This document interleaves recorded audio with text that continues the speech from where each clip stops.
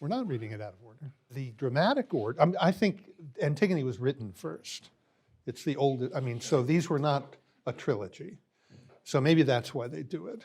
But the order, the dramatic order, is clearly the order we're reading them in, because in the Oedipus of Colonus, Oedipus is blind and has been exiled from Thebes, and in the Antigone, he's dead, and she's, responding to the war between her two brothers, and so I was just thinking, what a big. I had argued, I still think that the most impressive character in the Oresteia is Clytemnestra, and part of the proof of that is that she's the only character that spans all three plays. But of course, Creon's the only character that spans all three plays in this group, and he's not the most impressive character, I think.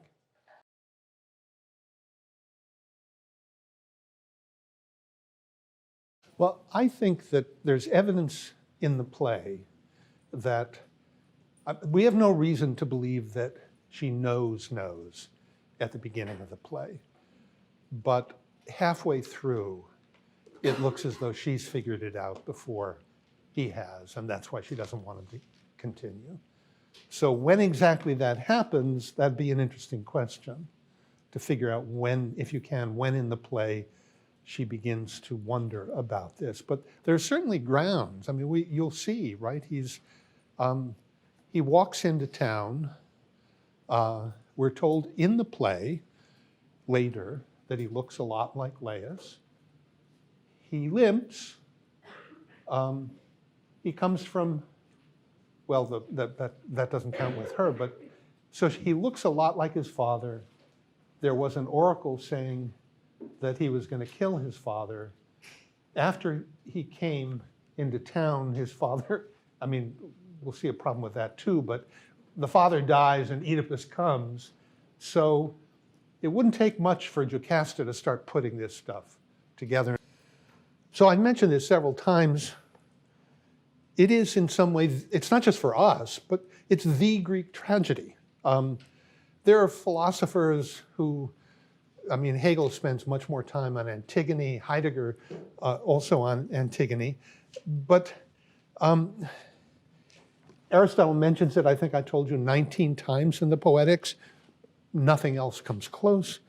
There are versions by, there are French versions by Corneille, Voltaire, English version by Dryden, Latin version by Seneca, French version by Gide, not to mention Aeschylus and Euripides. They're lost, but we know that they did write Oedipus plays. And of course, for us, there's the extraordinary influence that Freud had by identifying the Oedipus complex. And yet, for what is maybe the tragedy of the tragic poet in the tragic age, one wonders about some of the strange plot glitches that are present in it. Okay, so what's the sequence of action before the play? What's it supposed to be?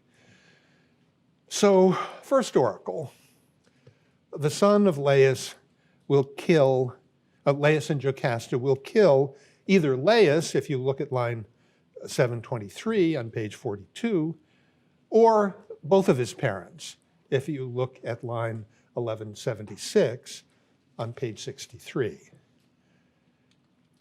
Jocasta gives birth to Oedipus.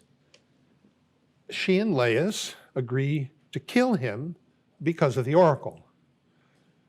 So they pierce his feet with a pin and give him to a servant to leave out on a nearby hill or mountain, Mount Kithaeron. Notice Jocasta, who later expresses such disbelief in oracles to Oedipus, never has any doubt at all about what they're doing. Now the servant, who is a herdsman, can't do it. He takes pity on the baby and he gives Oedipus to another herdsman, nearby herdsman, who is a servant to the king of Corinth, King Polybus, who in turn gives Oedipus to Polybus and Merope, his wife, the queen. That's at 11, you get that information at line 1178 following. So they adopt him and call him Oedipus, literally swellfoot. So Oedipus, Oedipus, swellfoot. Now, what? Swell foot. So his swollen, he of the swollen foot. Not he has swell feet, but swell foot. So presumably they call him that because of his feet. Now Oedipus grows up in Corinth, and one day he hears a drunk say that he's not the son of Polybus and Merope. He confronts his parents, they deny this, so he's still suspicious and goes to Delphi to ask the oracle, and he gets oracle number 2, the oracle that says that he will kill his father and marry his mother. Oedipus, hearing this, flees from Corinth. He believes enough to flee, but not enough to believe, in order to avoid becoming a subject for Freud. Now, he comes to a fork in the road on the way to Thebes, where he meets a party of travelers. There are 5 of them, we're told. The herald tells him to get out of the way. He won't. The person in the cart, the leader, obviously, of the group of 5, strikes him on the head with the goad that he uses to encourages, I'm not sure whether they're, whatever's pulling the cart. So Oedipus, in a fit of anger, kills all of them over this traffic dispute. The group seems to be Laius and his retinue on the way to Delphi, clearly to consult the oracle. Interestingly, we're never told why they need to consult the oracle.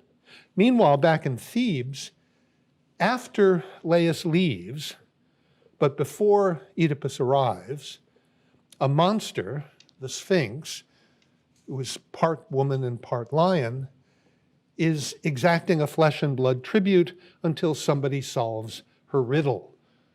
Her famous riddle is what walks on 4 legs in the morning, 2 legs at midday, 3 legs in the evening, and the answer is human being. Walks on, crawls as a baby, walks in full health on 2 feet, and then in old age needs to use a staff or a cane. So Oedipus arrives, solves the riddle, gets the kingship and Jocasta as a reward, and serves the Thebans well for what's got to be 15 to 20 years. He has, we're told, 2 daughters, and in this play, although later it will be specified in other plays, but in this play, an unspecified number of sons. Then, say 15, 20 years into his rule, a new plague hits Thebes. There are no births of any sort in the city, and no burials are possible. So Oedipus sends Creon, the brother of Jocasta, his wife and mother, sends Creon to the oracle to ask what to do. And it turns out that the cause of the plague is that Laius's murderers are still at large in Thebes. On Creon's advice, Oedipus sends for Tiresias, the seer, in order to consult him. This is where the Oedipus Tyrannus opens. All this information we're given retroactively within the play as we go along. So when messengers come in or when they're in conversation, you get a kind of picture of what had to have happened before the play opened. Now, some problems. There are always problems. First one, he claims that he killed all of the company, but one of Laius's servants apparently survived. That servant swears that they were attacked by robbers, plural. And of course, Oedipus knows very well that he was alone. This difficulty is not simply one that we see, but it's brought out in the play itself. Jocasta convinces Oedipus to send for the servant to sort this problem out. By the time he comes, that's at about 11:10, line 11:10, the incest issue has so overwhelmed Oedipus that he doesn't even ask about the discrepancy. Although the parasite question really turns on it, because if he didn't kill them, if they were killed by a party of robbers and not by Oedipus, then of course he's not guilty of killing his father, even if he is guilty of sleeping with his mother. Now, it might be too much to accept the coincidence of two meetings at one crossroads between Thebes and Corinth on the very same day where there are these two bushwhackings. That's not exactly what it is, but you know what I mean. But in a way, is it any harder to accept that than to accept the Gilbert and Sullivan coincidences that sort of animate this play? That's probably a reference you don't get anymore because you don't know Gilbert and Sullivan. But in HMS Pinafore, the whole story turns on a switching at birth between the captain of this ship and Rafe Rackstraw, who is just a lowly sailor on the ship. And Rafe Rackstraw falls in love with the captain's daughter, but he can't marry her because she's of a higher class and he's of a lower class. So they have this terrible problem. But then it turns out that there is a nurse maid who nursed the captain when he was a baby. Her name is Buttercup. And Buttercup reveals that she inadvertently switched the captain and Rafe Rackstraw when they were babies. And therefore, of course, he can now marry her because it's perfectly okay for him to decide, I don't care about rank. I'll marry Buttercup even though she isn't really the captain's daughter because I'm the captain, because you get the whole silliness.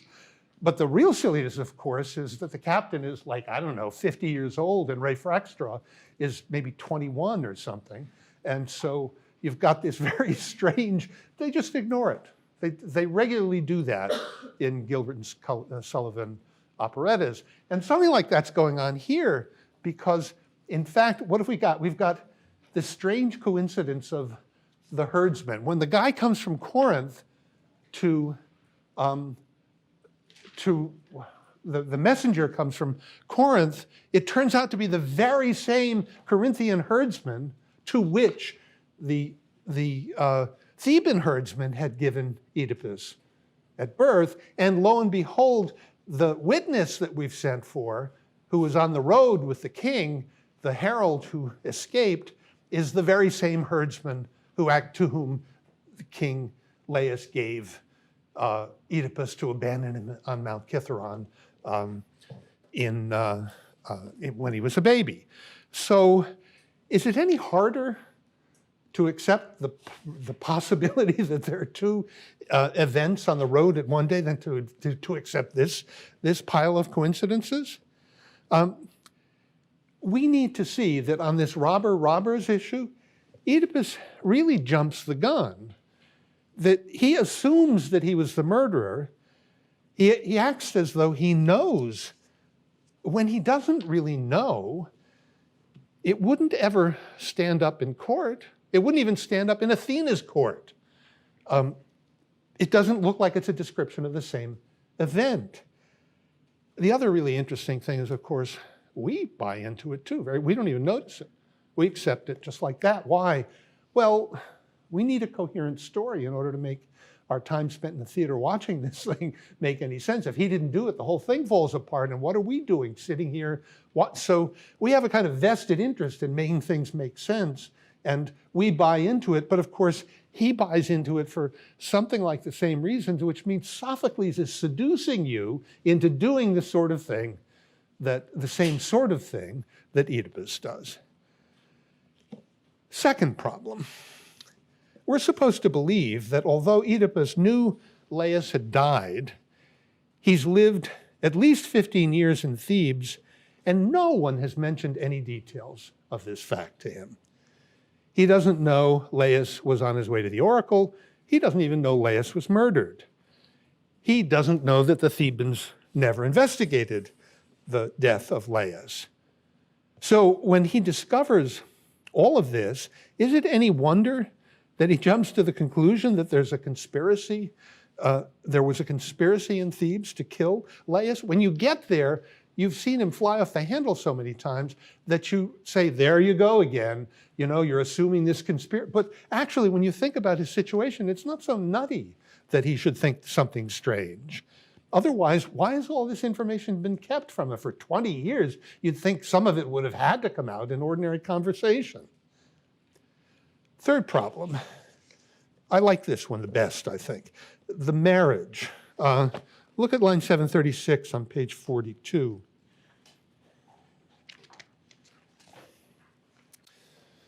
Bottom of the page. How long ago is this? The news came to the city just before you became king, and all men's eyes looked to you. What is it, Oedipus, that's in your mind? So, Jocasta's husband is dead for what can only be a day or so, at most. Oedipus comes to Thebes, looking, we're told, remarkably like Laius and with swollen feet. He solves the riddle of the Sphinx, marries Jocasta, with no mention of mourning for her previous husband at all. So, yeah, Oedipus knows that Laius is dead, but he doesn't know that he's dead yesterday. This version's a little tight on time, but at least the sequence looks right. But look on page 44. This is where it gets really bizarre. It's plain. Who was it told you this? The only servant that escaped safe home. Is he at home now? No, when he came home again, presumably when he came home from initially, when he came home from the accident, from the event on the road, and saw you king, and Laius was dead, he came to me and touched my hand and begged that I should send him to the fields to be my shepherd, and so he might see the city as far off as he might. So I sent him away. He was an honest man, as slaves go, and was worthy of far more than what he asked of me. So this version has it that the servant who is reporting the death of Laius comes back to Thebes to find Jocasta and Oedipus already married. This version has it that the servant comes back to Thebes, finds a murderer on the throne who looks like the former king, walks with a limp, and comes from Corinth. This is the servant, of course, who gave Oedipus to the Corinthian herdsman as a baby. The servant then runs away and so condones bigamy, regicide, parricide, and incest rather than be known as a liar. Now, all of this brings us to the question of the status of oracles in the play, and that, of course, means implicitly the status of the gods. Either Oedipus killed his father and married his mother, and the oracle is true, or he didn't kill his father and did marry his mother, and the oracle is false. Now, if it's not true, then the third oracle about the cause of the new plague is suspect. In this case, Oedipus would have discovered his real crime by unjustifiably having assumed that he committed another crime. not the oracle, but his will would be the source of his punishment. So, some tentative conclusions. The Oedipus Tyrannus seems to allow for two sorts of interpretations. One of them turns on his character. His anger, for example. The fact that, think about what happens at the crossroads. Now, the plot of the play is really only an instrument to reveal this, and so the puzzles, the knots in it, they don't seem quite so important. But the other interpretation, way of interpreting the play, turns not on the character, but the plot. And if it turns on the plot, it must refuse to ignore the puzzles and knots that show up in the plot. For example, through Oedipus's ignorance, we discover what we would really have to know in order to justify what we only assume to be the case. Now, the question of how these two levels of interpretation are related is crucial, because the first level gives us an Oedipus who is a well-meaning man who, through no ambition of his own, he after all is only running away from what he thinks is a terrible fate, through no ambition of his own is made king of Thebes, who's trying to avoid the most terrible of crimes. He becomes king, and he seems to be really quite a good king. Think about how this play opens. They come to him and they beg him for help. They treat him almost as though he's a god. So it looks as though he's done pretty well for the past 20 years in Thebes. The second level gives us an Oedipus who is the doer of all these crimes. This tension is really the double meaning of the Greek in the title Tyrannus. Is that not the, oh, I brought it with me. Okay.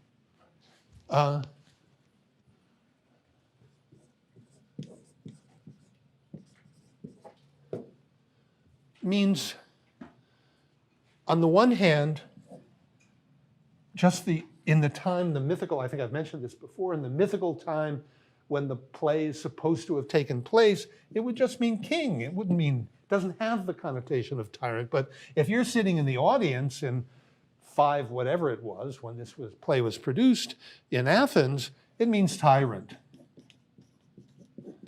So the auditors of the play, the spectators, have to hear both of those. Tyrannus, Oedipus Tyrannus means Oedipus the king or Oedipus the tyrant, and necessarily both of those things at the same time. So the tension between the double Tyrannus of the title is in a way the same as the tension between the two Oedipuses.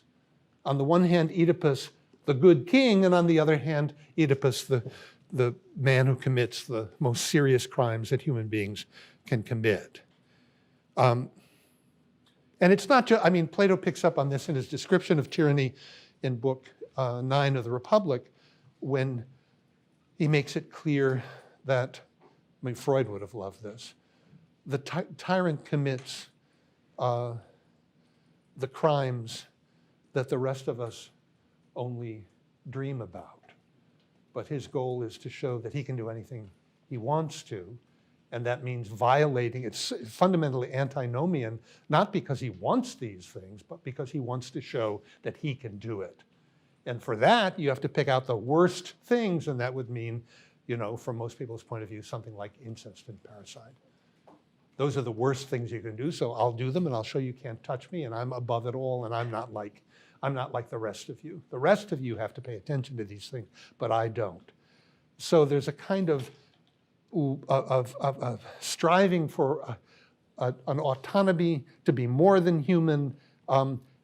There are elements of that all over this. That's why Tyrannus tyrant is very much there. On the other hand, He really is the guy they come to and say, can you help us? You helped us before and you're so smart and we're not as smart as you are. And you got that thing about walking in the morning and the midday and the evening. And none of us could get that. So you must be able, since you can interpret poetry so well, you must be really smart. I want to say that again in case any of you didn't hear it, because never mind. Okay, so insofar as the two levels are brought together in the play, it will be by way of an act of will on the part of Oedipus, by assuming the many attackers are one. Despite the fact, if you look on page 47 at line 844, he himself says, you said that he spoke of highway robbers who killed Laius. Now, if he uses the same number, it was not I who killed him. One man cannot be the same as many. He articulates that as, I mean, that's his ultimate defense. We'll come back to that. Now, all of this is reflected in yet another way. His language always betrays him in the play. Sophocles makes him speak from the start as though he always already knows what he will later find out. So, for example, if you look on page 16, you get this beautiful case. He's talking to Creon. I may have to change it a little bit. Okay, line 120 following. Oedipus, what was it? If we could even find a slim beginning in which to hope, we might discover much. This man said that the robbers they encountered were many, and the hands that did the murder were many. It was no man's single power. And then Oedipus says, how could the robber dare a deed like this, were he not helped with money from the city, money and treachery? You see what he's just done? He slid from robbers to robber, which is what he's got to do in order to assume the guilt later, even though everybody's telling him it was robbers, it was robbers. He slides so easily in his language. He doesn't know that he's done that. Sophocles has made him do it in order to show that in a weird way he already knows what he will later find out. Line 260 to 65, he says, since I am now the holder of his office and have his marriage bed and wife, and had his line not been unfortunate, we would have common children. Fortune leaped upon his head. Because of all these things, I fight in his defense as for my father. And everybody in the audience is either gasping or sort of chuckling, and Oedipus doesn't actually know what he said. He can't speak metaphorically, even when he wants to. Without realizing it, he always speaks the literal truth. The overall problem, then, of the play is, in a way, this. Oedipus is a Tyrannus who is extraordinarily respected and a model of public spiritedness, a real king in the best sense. And Oedipus is someone who kills his father, marries his mother, and brings a terrible plague on his city. He's a tyrant. How are these two connected? Why is Oedipus the good singled out to commit parricide and incest? And if you look at line 1193, it gets even more interesting because there the chorus say, what man on earth wins more of happiness than a seeming and after that a turning away? Oedipus, you are my paradigma, my paradigm of this. Oedipus, you and your fate. He's the paradigm of it's even more pronounced in the Greek, the paradigm of the human. So why is Oedipus the good singled out to commit parricide and incest is connected to the fact that Oedipus is meant to be paradigmatic for our humanity. So in a way, we are in a way singled out to commit parricide and incest, and we need to figure out what he means by that.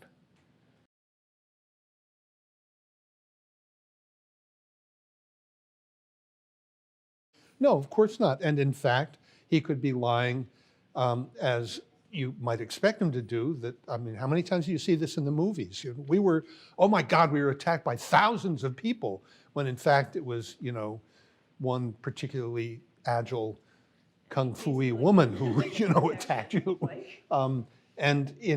So you're embarrassed by the fact that there were 5 of you and there were 1 of him. So you say we were attacked by robbers. So it's you can give a perfectly ordinary explanation for that, or you could say he might have, it's harder to say that he necessarily recognized Oedipus because after all, he didn't know that he was Corinthian. He probably could see that he limped. He could have seen that he looked somewhat like Laius, but it's not clear that he would have necessarily put all that together. But when he comes home and sees Oedipus on the throne, Oedipus married to Jocasta, they don't even know Laius is dead yet. This is weird beyond belief. He sees that all of that has gone wrong, and the only thing he has to say to her is, get me out of here. I don't want to have to deal with it. You can understand that. You could argue that's sheer cowardice on his part, but it's also a kind of acknowledgement that we don't, you can put it this way, you can put it together, but you have to write another play to put it together. And that undermines your understanding of what is going on in this play. It shows you that the details of this play don't fit together in the way everybody assumes they fit together. And Sophocles has picked out this one thing that he's willing to talk about. He says, oh my gosh, look, robbers. Oh, and Oedipus at one point says, well, it can't be me because plural can't equal singular. Therefore, one can't be many. Therefore, it's out of the question. So Sophocles shows you this plot glitch. But once you see that he sees it and sees it as a problem, you realize that all these other things that you see as problems are also problems, and they're not being acknowledged and they're not being put together. Now, he's a master of plotting. He doesn't make mistakes like that.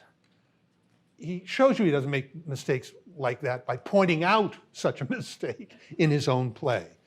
So at least at the beginning, what we have to ask is, why is he shown these? What's the point of showing us these obvious plot difficulties? Okay, so let's look at some text. Let's turn to the prologue.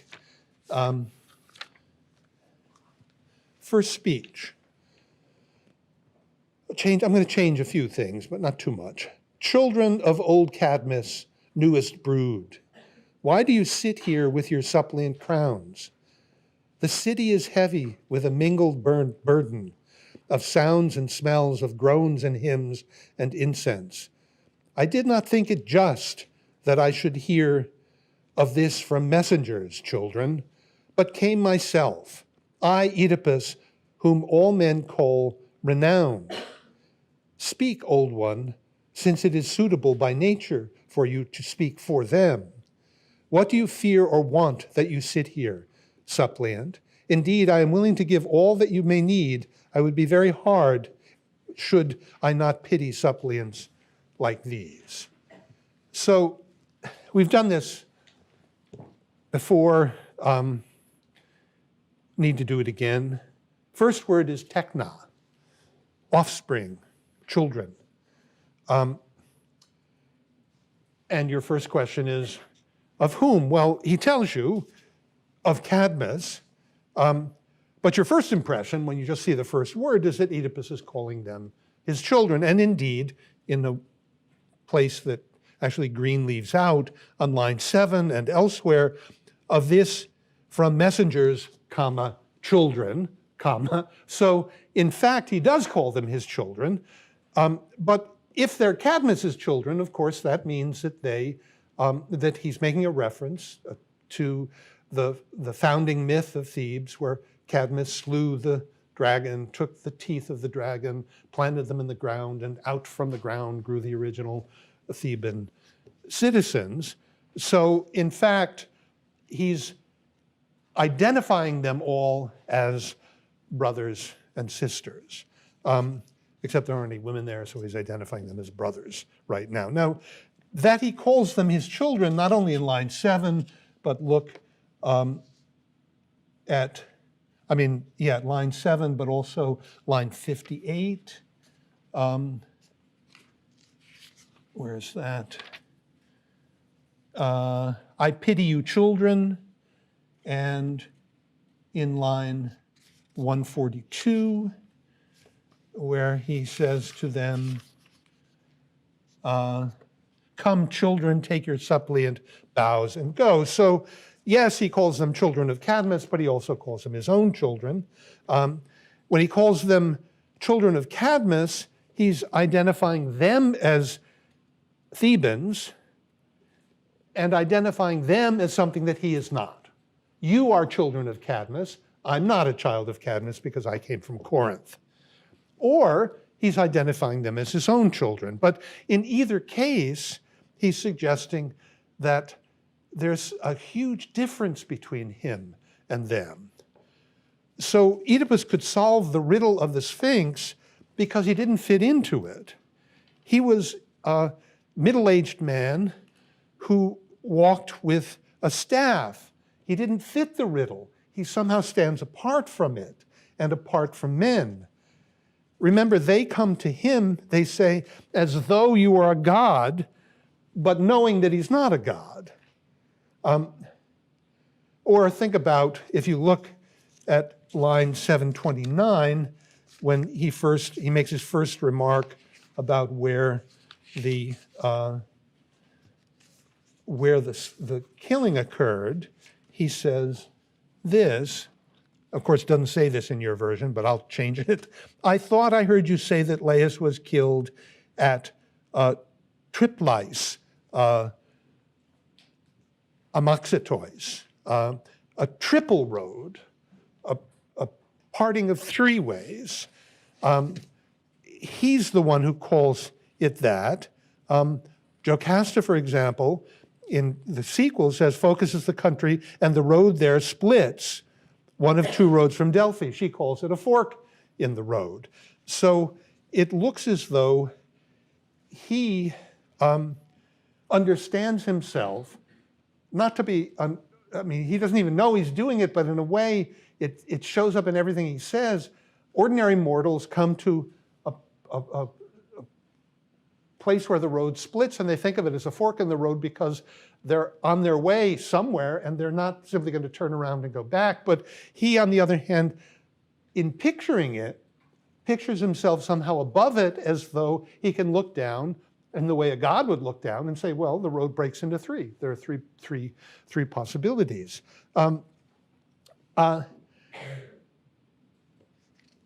So he always sees 3 ways where the others see 2.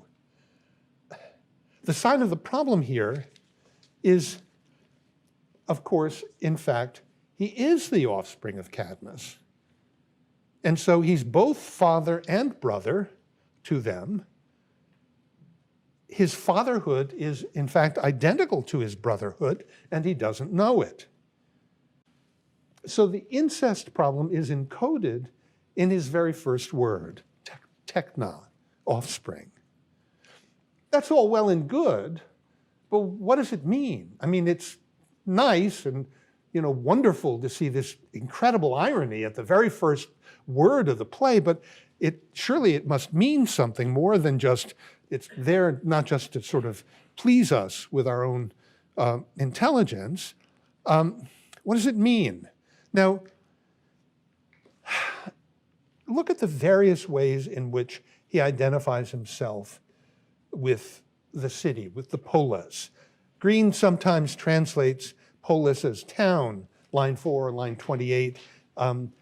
In both of those cases, it's city, polis. So look, for example, at line 58.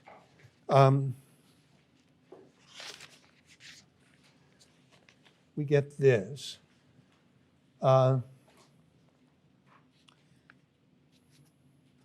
Wait.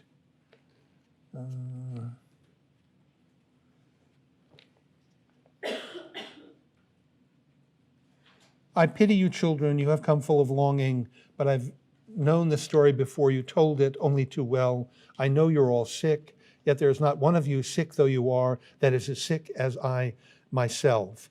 Your several sorrows each have single scope and touch but one of you. My soul groans for city and myself and you at once. Or line 93 should be more or less the following page for you, where he says, speak to all the grief I bear it more for these than for my own soul. Or a couple of pages later, line 135, he says, and justly you will see in me an ally, a champion of my earth and the God. For when I drive pollution from the land, I will not serve a distant friend's advantage, but I, the defilement myself, will disperse. And line 269,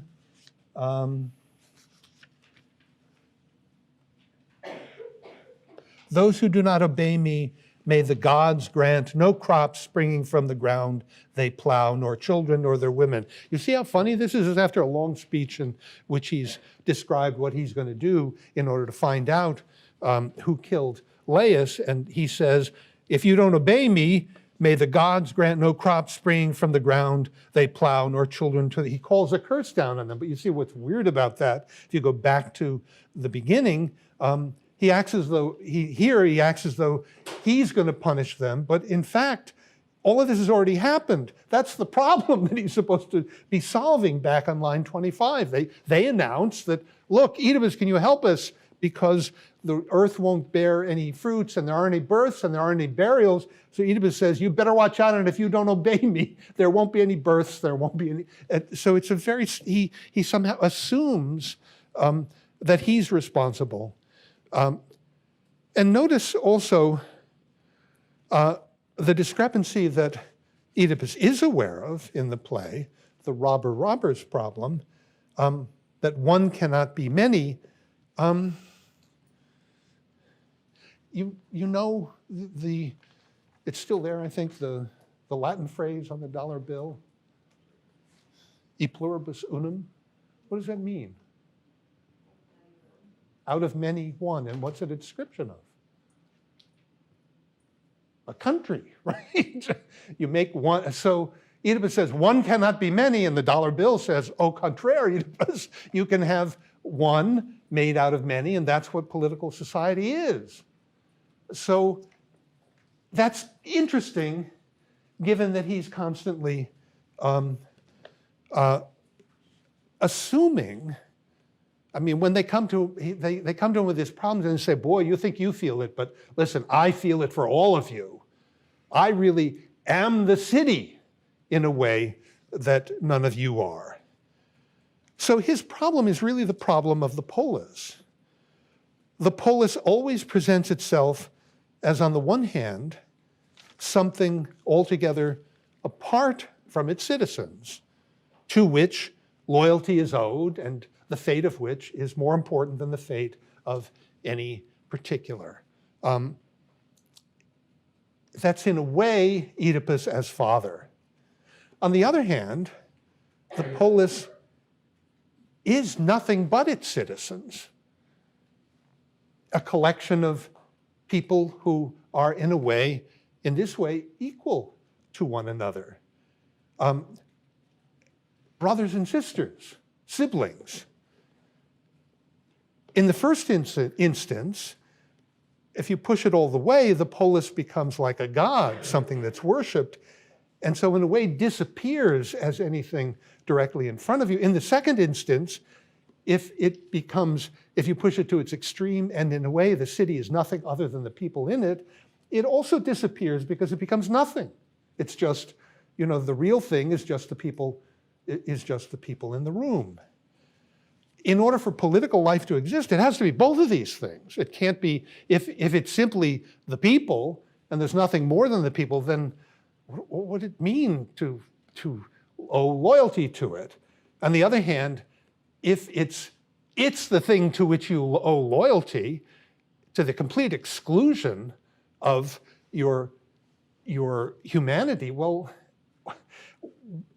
what? That's not a country. That's a Tyrannus. That's a tyranny, right? So it's got to be both. On the one hand, it points to tyranny, Oedipus as God, Oedipus as father. And on the other hand, it points to parricide, incest, killing authority, absolute egalitarianism. No distinctions make a difference. We're all absolutely equal. And that ultimately the mantra of absolute equality means, among other things, Plato saw this so beautifully in Republic Book 5. It means that, incest, it doesn't mean anything. It's not, we're all individuals, and it doesn't matter where we came from. That individuality trumps everything, means incest, and incest is possible, and parricide is no worse than any other form of murder. So Oedipus reveals then in his crime the attack on legitimacy that underlies the legitimacy of all political life. He's both Theban and not Theban. He's both brother and father. He's one among equals, but prayed to as though he were a god. Now, one last thing. Both Creon and Tiresias characterize him as the angry man. So what does all of this have to do with anger, apart from killing people on the highway? However far anger gets from its origin in particular slights, and that happens. Think about the way ordinary fights between you and another begin and where they end up. I mean, they begin with very small particular things, and by the end it looks as though the whole world is at stake. They get generalized.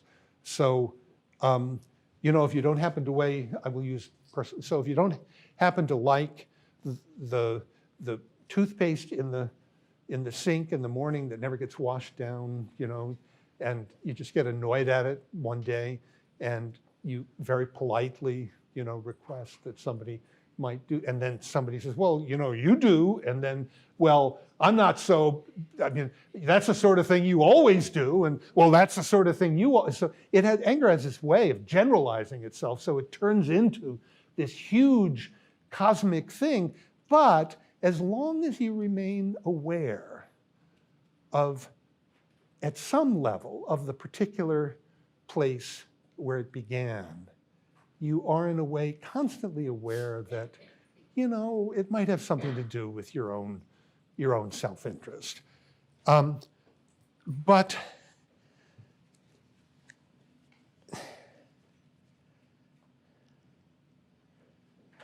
and therefore you're aware that it's potentially not altogether objective. Just think about how easily embarrassed you can become when you remember what a fight was really about. When you actually get away and you calm down and you start thinking, oh my God, I can't believe I did that. But pure anger gets to show itself in Oedipus precisely because in speaking for the polis, he's allowed the illusion that he doesn't speak for himself. So perfect rule is, for us, impartial, selfless rule. The rule of law, according to the Eumenides. But of course, law doesn't really rule because it can't enforce itself.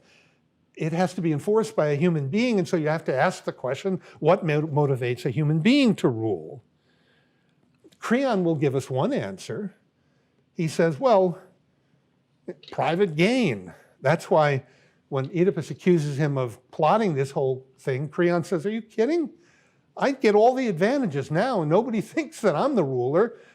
because you're the ruler, so I get all the advantages. I have none of the responsibilities.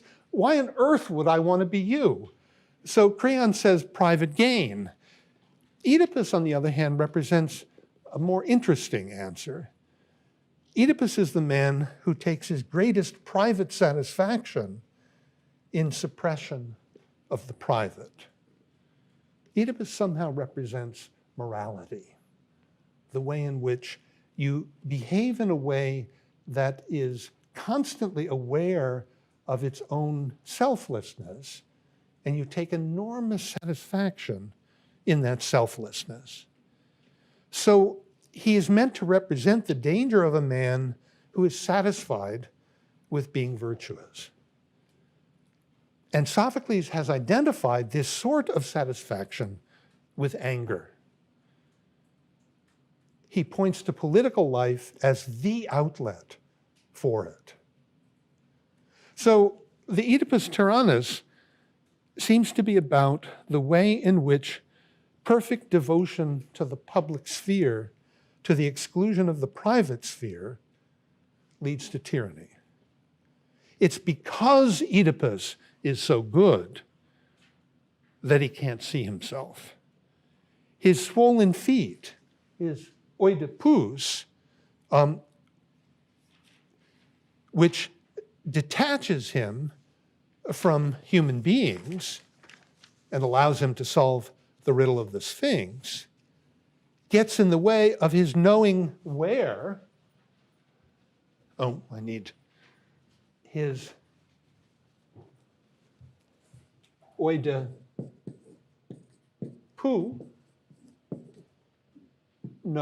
knowing where he stands.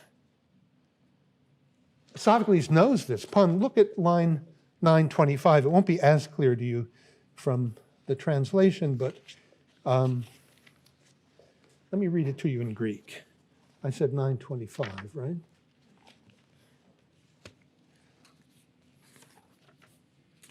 I should have Aphrodite read it to you because it sounds so much more like a language when she reads it, but I won't. Aran par hemon oxenoi, mathoim hopu, tatu tyrannu domat estin oedipopu, malasta dauton epat te katis hopu. So what he's done in 3 lines is he said, essentially, this is the messenger coming. Can you tell me, do you know where the house of the tyrant is Oedipus? And once again, tell me if you know where. So in the pun, he's indicated that he's very much aware of the pun on Oedipus. If you just substitute another word for to know, you get oedipu.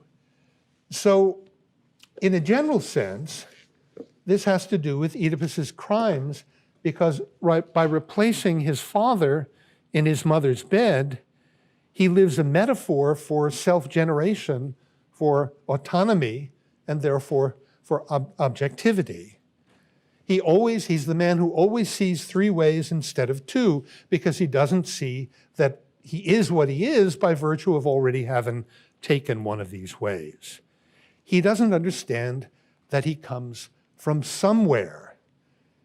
He didn't just pop into existence.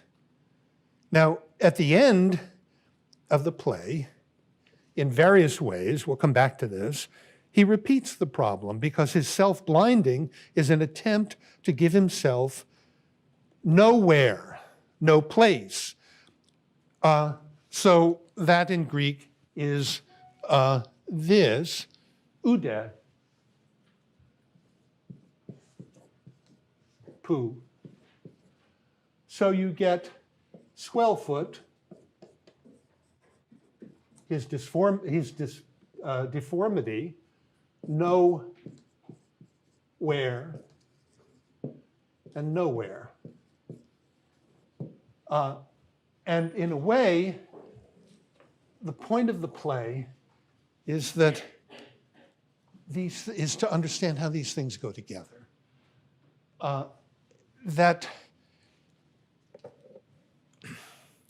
And there are a variety of places in which that becomes crystal clear. The beautiful one is, once again, the fact that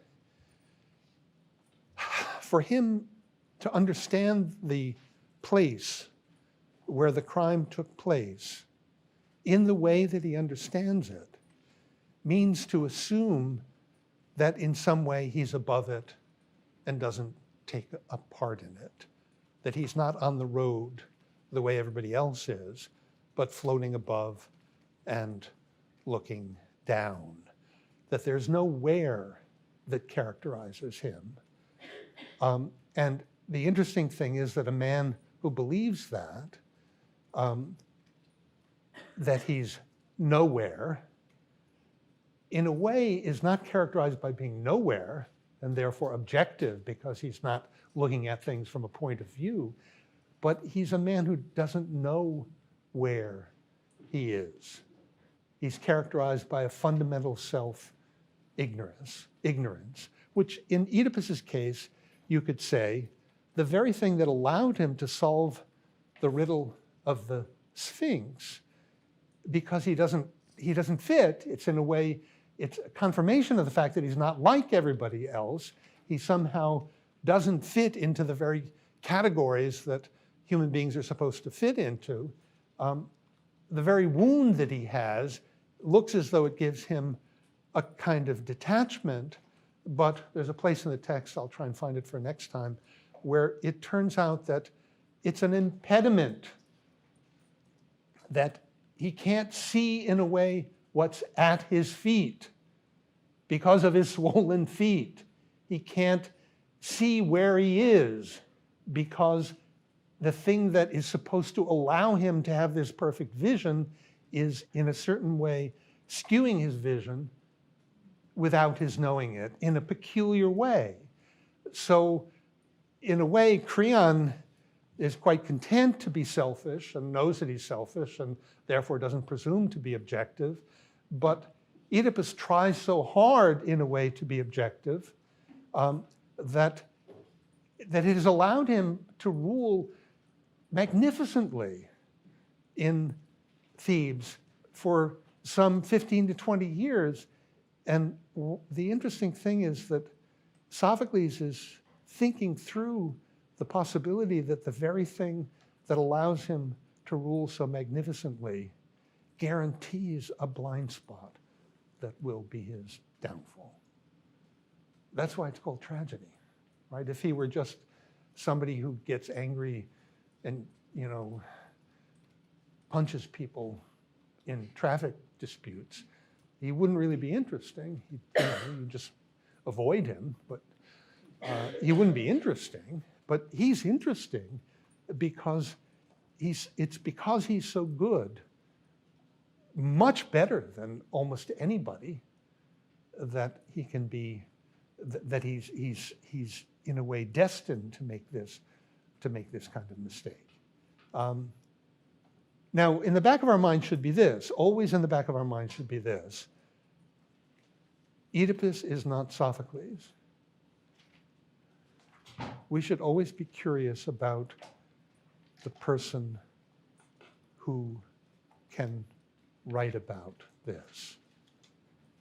You could say, you put it this way. Tragedies are not designed, they are in a way designed to make you want to be Antigone. You can come away and say, my God, or Clytemnestra, what a magnificent woman. I'd like to be her. And then you immediately say, well, no, I really wouldn't want to be her because I don't want to be killed by my son, and I don't want to actually die the way Antigone dies either. So maybe I should rethink that. But there's a part of you that really wants to be the tragic. So it doesn't work unless both of those are true. But there's another character here operating that we need to think through, and that is when you get out of, when you're finished with Hamlet, when you're finished with Oedipus the king, do you want to be Shakespeare? Do you want to be, what does it mean to want to be Sophocles and not Oedipus? That's interesting. It's, by the way, what makes it really interesting however delicately and indirectly he does it when Shakespeare or any of these tragedians pull poets into their plays and ask you to think about the status of the poet. Have any of you seen, this is apropos of nothing, I'm just stopping now, but have any of you seen, what's it called? It's the British thing on it's almost Monty Python-esque. It's about Shakespeare. It's The Upstart Crow. It's really wonderful. I mean, I don't know if it's wonderful. You get through one season of it, and then it's sort of a one-trick pony, and you're not so happy with it. But it's a spoof, a farce about Shakespeare creating the plays, which uses references constantly to them. But he's sort of dumb, and he just keeps picking up things from his smart wife and the woman who owns the house where he lives in London, and his servant, who is named, because I'm really dumb today, Bottom, right? So it's just very, if any of you know Shakespeare at all, find The Upstart Crow and watch a couple of them. It'd be fun.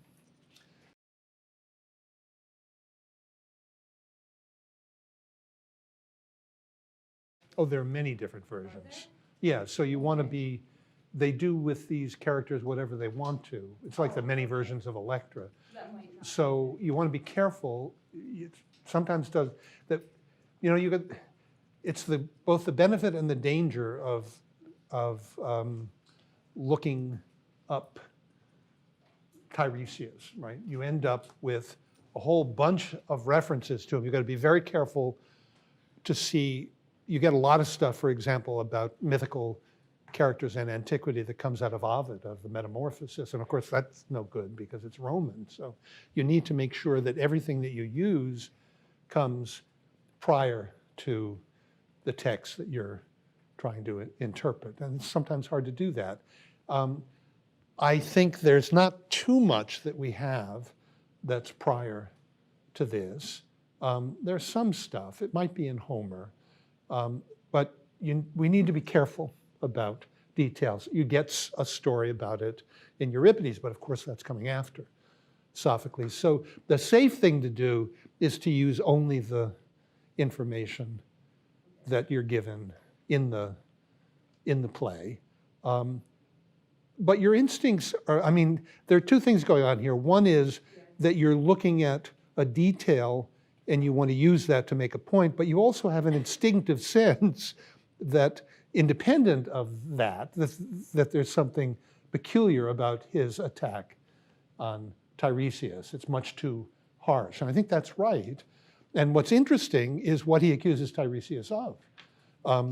By the end of the play, it looks as though Oedipus thinks that by blinding himself, he can turn himself into someone who's nowhere, rather than somebody who just doesn't see where he is.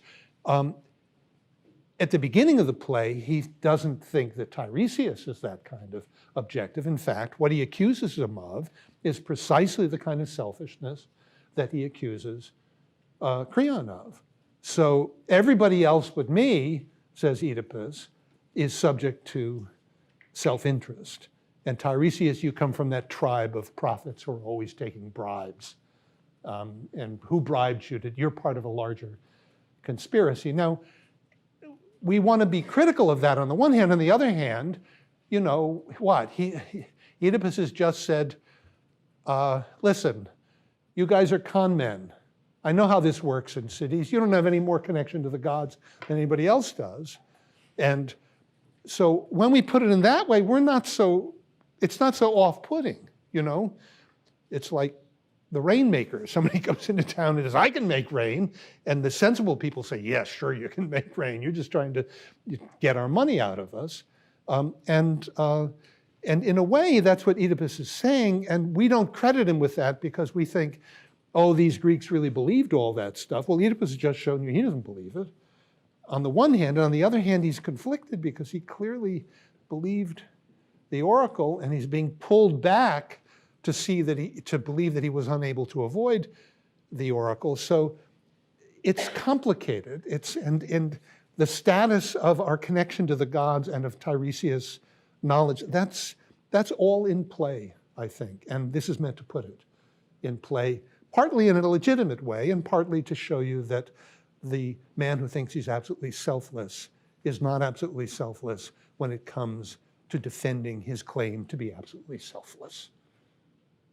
This is the moral man who tries so hard to be moral that he can't believe that he's anything but selfless.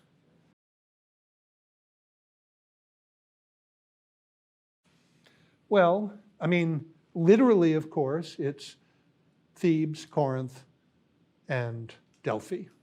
There's a point at which there's a road to each of them, and they meet at a point.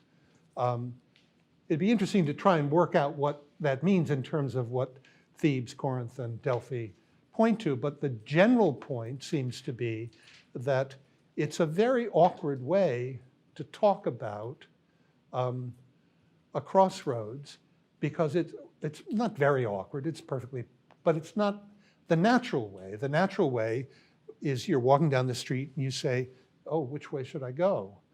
Because it never occurs to you to turn around and go back. It's not that you can't go back, but in fact, if you change the meaning of it and you're talking about roads as unfolding in time, of course, the crucial thing about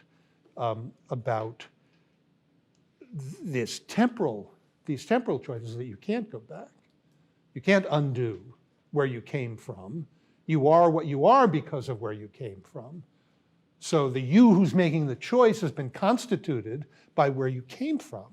The idea that now you can go back and undo that isn't possible for a human being. To act as though it is possible places you so in control of your fate that it looks as though you can make yourself who you are. And in fact, although we tell ourselves that all the time, it's just poppycock. The person who's making the choice has been formed on the basis of past experiences. It doesn't mean that we're all enslaved to that experience, and indeed people with similar experiences will choose differently. But the idea that you can sort of lift yourself up and pretend that you're a completely independent, free being who can be whatever you want to, as though it has nothing to do with who you were, where you were born, what language you're, it's like, I hope there are no Ayn Randians but I remember reading her when I was young, and for a little while being caught up in it. It's so perfect the way she sets out the virtues of selfishness. And then I thought, well, wait a minute. What about language? Where did that come from? I didn't make that up. I mean, I'm born into a language. Where does that language come from? It's not created by me. I can learn new languages and I can change my understanding of my own language, but by the time I'm old enough to know what language is, I mean, in order to think at all, I have to be thinking in a language. That's the road I walk down in order to get to the point where I can make a choice. And it looks as though Oedipus is longing to be autonomous, generally above it all, and generally objective, and as decent as he can possibly be, forces him to assume that it's possible for him to what?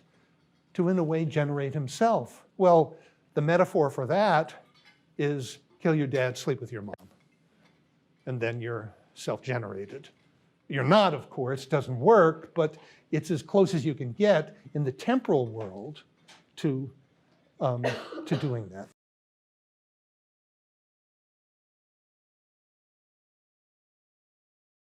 Yeah, I think that's the one time, every other reference to it indeed the one directly after it. So you could say the appropriate generalization is this. Oedipus always refers to it as a parting of three roads. Jocasta once refers to it as that, and I think 2 or 3 other times refers to it as a parting, as a fork in the road. So that makes that instance particularly interesting and, worth thinking about. I don't have an answer for that question, but I think it's a really good question.